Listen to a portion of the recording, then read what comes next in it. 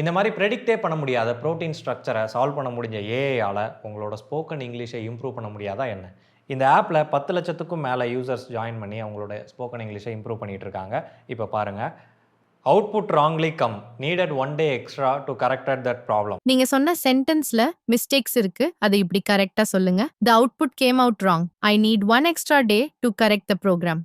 வேற ஏதாவது ஹெல்ப் வேணுமா? பார்த்தீங்களா, புரோக்கன் இங்கிலீஷில் நான் பேசியும் ஒரு ஃப்ரெண்டு மாதிரி தமிழ் வழியிலேயே நமக்கு கரெக்ட் பண்ணி சொல்லிருச்சு.